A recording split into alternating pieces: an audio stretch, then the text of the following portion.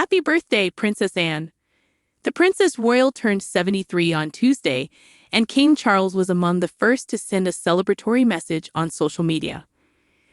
Wishing Her Royal Highness the Princess Royal a very happy birthday today, the royal family tweeted with a birthday cake emoji, posting 2 photos of Queen Elizabeth's eldest son and only daughter.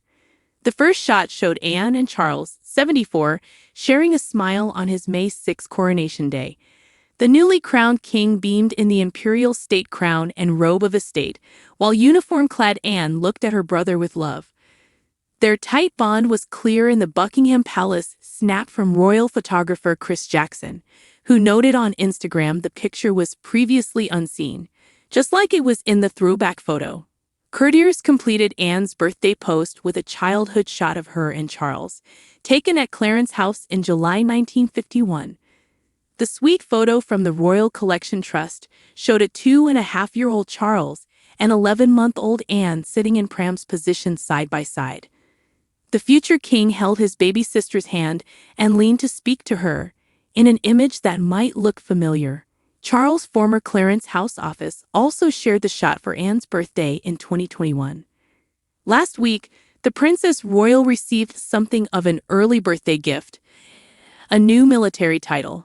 On Friday, Buckingham Palace and King Charles announced the new appointments and affiliations for 9 members of the royal family, where Princess Anne was made Deputy Colonel-in-Chief of the Royal Regiment of Scotland.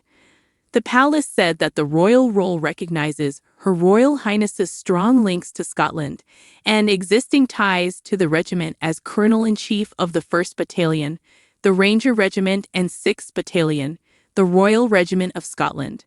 King Charles, Queen Camilla, Prince William, Prince Edward, Sophie, the Duchess of Edinburgh, Prince Richard and Brigitte, the Duchess of Gloucester were also awarded appointments.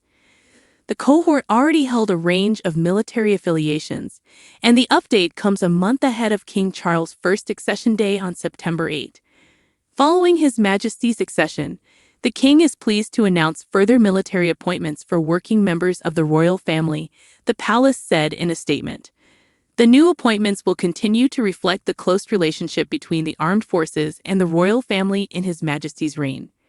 Princess Anne was perhaps tapped for a special assignment on Coronation Day because of the close bond she and Charles share.